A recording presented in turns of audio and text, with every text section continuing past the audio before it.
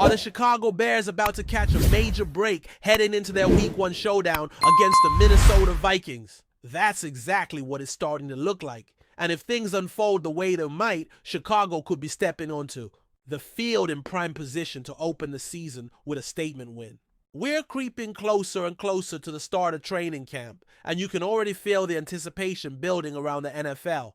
Bears fans have been starving for a fresh start, a new era, and what better way to launch it than under the lights of Monday Night Football against a division rival that could be dealing with some serious issues before the ball is even snapped. Let's get into it. One of the biggest developments leading up to Week 1 is the situation surrounding Jordan Addison, the Vikings' explosive wide receiver who's become a major piece of their offense. Addison is set to appear in court this Thursday due to a DUI charge from earlier this year.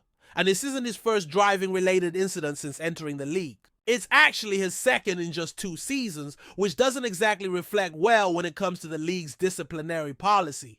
According to reports, if the NFL follows its usual standards, Addison could be looking at a minimum 3-game suspension. And that would include Week 1, meaning the Vikings might be without their number 2 receiver when they roll into Chicago. Now, let's be clear, Addison isn't just a complementary piece in Minnesota's offense.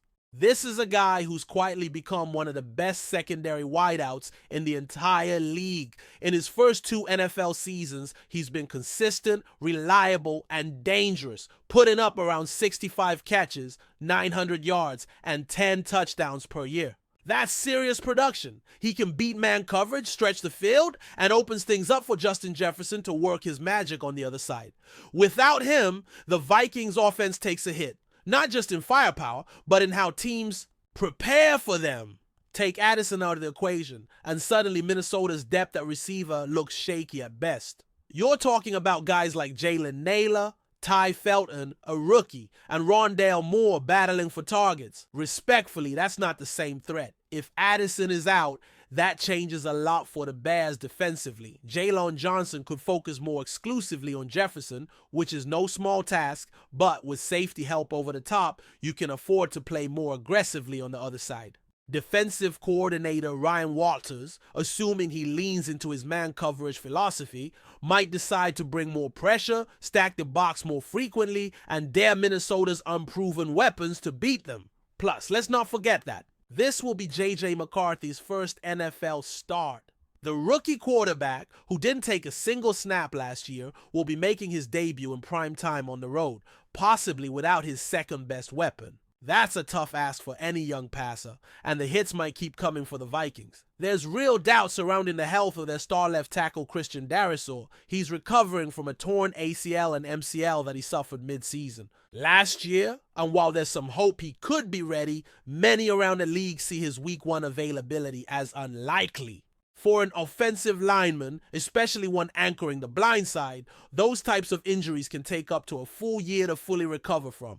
If he's not out there, that's not just a blow to their pass protection. It affects the entire rhythm of their run game. The Vikings made a concerted effort this offseason to get better up front. They brought in Ryan Kelly, signed Willie Fry, drafted Donovan Jackson. Brian O'Neill will still be holding down the right side. But if the left side is being manned by a journeyman like Justin School and a rookie like Jackson, then that opens the door for guys like Montez Sweat and DeMarcus Walker to feast. And here's the thing.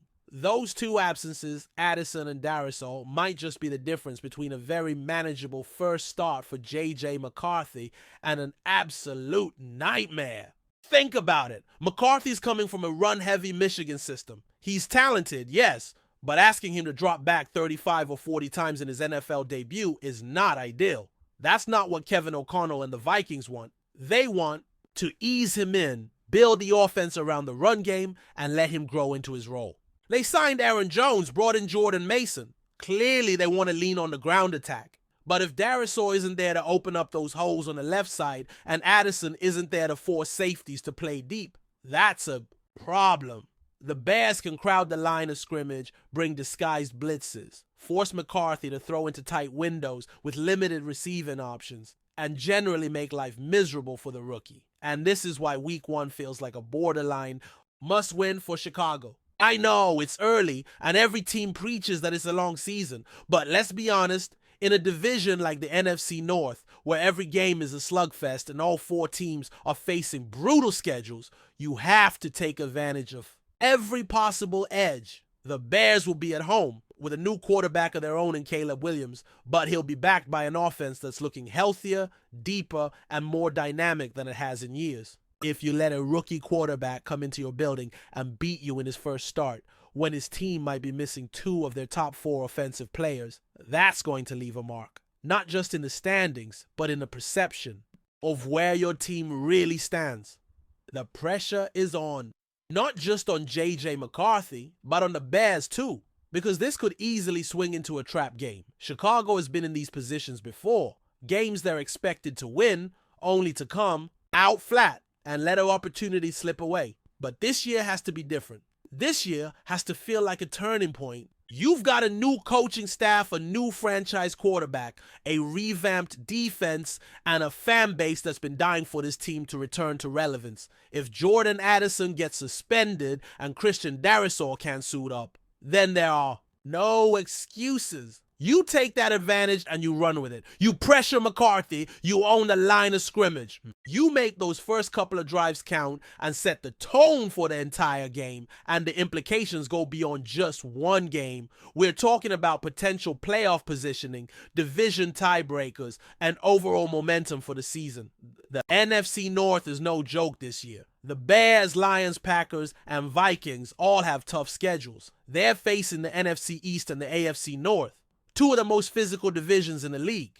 Every division matchup becomes a coin flip, and that's why getting a leg up early on could be crucial. You don't want to be sitting in week 13 looking back at week 1 thinking, man, we should have had that one. And think about what it would mean for Caleb Williams, winning your NFL debut at home under the lights against a division rival with all the national spotlight on you. That's a legacy building kind of moment. It's the kind of debut that gets people talking, that sets the tone for a new era of Bears football. It's also a chance to send a message to the rest of the NFC North. This team is for real, and they're not the punching bag they've been in years past. They're here to compete. They're here to win. And for Ben Johnson, the new head coach, this is the kind of game that can establish trust and buy-in with his players and the fan base. It's one thing to come in with hype and credentials. It's another to walk into your first game, make the right calls, take advantage of the opportunities, and walk away with a win, especially when those opportunities are handed to you. Like a suspended wide receiver, an injured left tackle, and a rookie quarterback making his first career start on the road. Now, of course, nothing is guaranteed.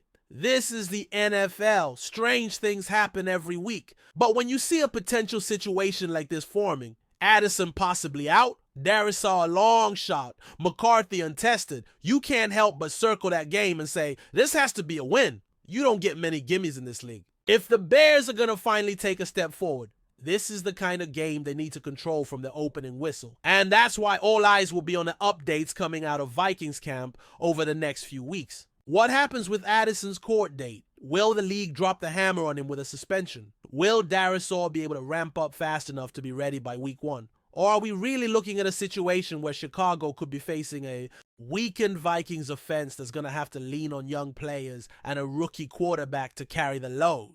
Because if that's the case and the Bears can't capitalize, there are going to be serious questions. You only get one shot at a first impression. And for both Caleb Williams and this new Bears regime, that first impression could come against a very beatable version of a rival team. All signs point to a golden opportunity. Now the question is, can they seize it? Before we continue, don't forget to subscribe to our channel and give this video a like. Your support helps us keep bringing you the latest updates on our Chicago Bears. And don't be shy, drop your thoughts on the news in the comments below. In what could be one of the most talked about defensive shakeups of the offseason, whispers are growing louder around a potential blockbuster move involving not one, but 2 of the NFL's most feared edge rushers. League insiders and unnamed sources close to the situation suggest that Matt Judon and Za'Darius Smith may be joining forces under the lights of Soldier Field, with the Chicago Bears rumored to be the masterminds behind a double swoop that could reshape their defense. The buzz started circulating earlier this week, hinting that Chicago, desperate to bolster its pass rush and add veteran leadership to its young roster, may have thrown serious money on the table. According to some reports, both Judon and Smith could be looking at lucrative contracts that would rank among the highest for edge defenders in recent Bears history. While no official confirmations have surfaced, the chatter in league circles is deafening. Matt Judon, coming off an injury-shortened season but still considered a game wrecker when healthy, brings relentless pressure and leadership to any defense he joins. Pair him with Za'Darius Smith, known for his explosiveness off the edge and his knack for disrupting quarterbacks, and the Bears could suddenly boast one of the most intimidating pass-rushing duos in the NFC North. Could Chicago be aiming to build a defense reminiscent of its iconic 1985 squad? That might be a stretch, but insiders believe this potential move reflects a bold shift in the franchise's mindset. From rebuild to serious playoff contention. Whether this is smoke or fire remains to be seen, but if the rumor proves true, the NFC North may have a whole new beast to deal with, and the monsters of the Midway might just be back in business. Stay tuned. That's it for this update. If you enjoyed the video and want to stay updated with exclusive news about our Chicago Bears, be sure to subscribe to our channel and hit that like button. We can't wait to hear your thoughts in the comments. See you in the next video.